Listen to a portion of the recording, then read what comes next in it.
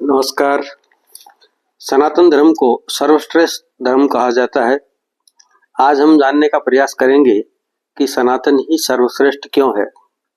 सनातन का मूल उद्देश्य है प्राणी मात्र का कल्याण।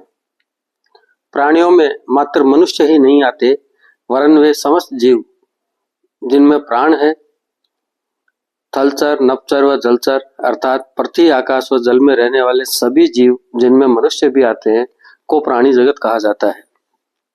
चर व अचर पदार्थों की यदि बात की जाए तो जो चर हैं अर्थात गतिशील हैं वे प्राणी हैं, क्योंकि उनमें प्राण है। अचर पदार्थों में गति नहीं होती, अतः उन्हें प्राणहीन माना जाता है। परंतु सनातन में पेड़ पौधों, नदी, पहाड़, समुद्र, सूर्य, चंद्रमा व नक्षत्रों को भी गतिशील माना जाता है।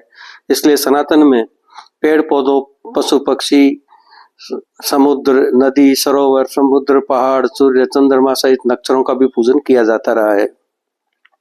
अर्थात सृष्टि की प्रत्येक वस्तु जो प्राणियों के कल्याण हेतु अपना सहयोग देती है पूजनीय है।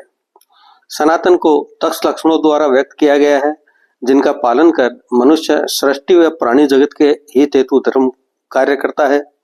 यही सनातन की मूल भावना है। सनातन की प्रत्येक परंपरा पूर्णतः वैज्ञानिक है, जिनको अब आधुनिक वैज्ञानिक भी मानने लगे हैं। जैसे सूर्य को जल देना। जब हम सूर्य को जल देते हैं तो पात्र से गिरती हुई जल धारा में हम सूर्य को देखते हैं, तो उससे इंद्रधनुषी प्रभाव अर्थात रेनबो इफेक्ट के कारण हमारा शरीर 7 प्रकार के प्रकाश के संपर्क में आता है, जो हमारे मन, मस्तिष्क व शरीर को ऊर्जा प्रदान करता है। अब हम बात करते हैं दूसरी तरह की पूजा पद्धतियों की, जो कथित तौर पर धर्म कहे जाते हैं। इनमें प्रकृति व प्राणी जगत के हित की बातें नहीं की जाती है, मात्र मनुष्यों को ही निर्देश दिए जाते हैं कि उन्हें क्या करना है। इन निर्देशों का उद्देश्य भी मात्र अपनी पूजा पद्धति को श्रेष्ठ बताना होता है। सबसे बड़ी बात यह है कि यह निर्देश देने वाला भी ईश्वर नहीं है, वो स्वयं का ईश्वर का दूत बताता है। इसका तात्पर्य है कि मनुष्यों का ईश्वर से सीधा संपर्क नहीं है और वे केवल दूत के ही निर्देशों को मानते हैं। या यूं कहा जाए एजेंट या माध्यम, तो कोई अतिशयोक्ति नहीं होगी।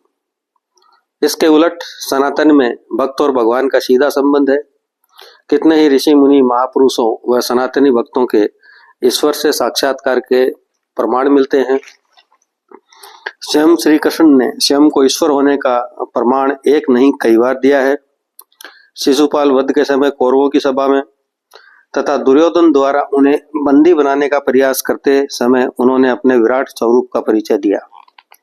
कुरुक्षेत्र की रणभूमि में अर्जुन को श्री कृष्ण कहते हैं कि मैं परम ब्रह्म हूँ, यह संसार मुझसे ही उत्पन्न हुआ है तथा मुझी में विलीन हो जाएगा, तथा अपने विराट स्वरूप का दर्शन अर्जुन को देते हैं। महाभारत के युद्ध के पश्चात भी जब ऋषि उत्तंग क्रोधित होकर श्री कृष्ण को श्राप देने लगे, तब श्री कृष्ण ने कहा कि मुझे श्राप देने से तुम्हारी ही तपस्या का फल नष्ट होगा, क्योंकि मैं परम ब्रह्म हूँ, और अपने चतुर्भुज रूप का दर्शन ऋषि उत्तंग को करवाते हैं। ईश्वर की प्रत्यक्षता केवल और केवल सनातन में ही उपलब्ध है। एक बात और जिसकी चर्चा मैं पूर्व में भी कर चुका हूँ, अंग्रेजी का रिलीजन शब्द धर्म का पर्यायवाची नहीं हो सकता है। धर्म तो बहुत व्यापक शब्द है। संस्कृत व हिंदी जैसी समृद्ध भाषाओं में वर्णित धर्म शब्द का पर्यायवाची अंग्रेजी में तो क्या दुनिया की किसी भी भाषा में उपलब्ध नहीं है। अब आप समझ गए होंगे कि सनातन को श्रेष्ठ क्यों कहा जाता है। मेरा ये मानना है कि पूरे विश्व में सनातन धर्म न केवल सर्वश्रेष्ठ है, वरन एकमात्र धर्म है। आपके विचार हमारे लिए महत्वपूर्ण है, अतः चैनल को सब्सक्राइब कर कमेंट, शेयर व लाइक करना ना भूलें। नमस्कार।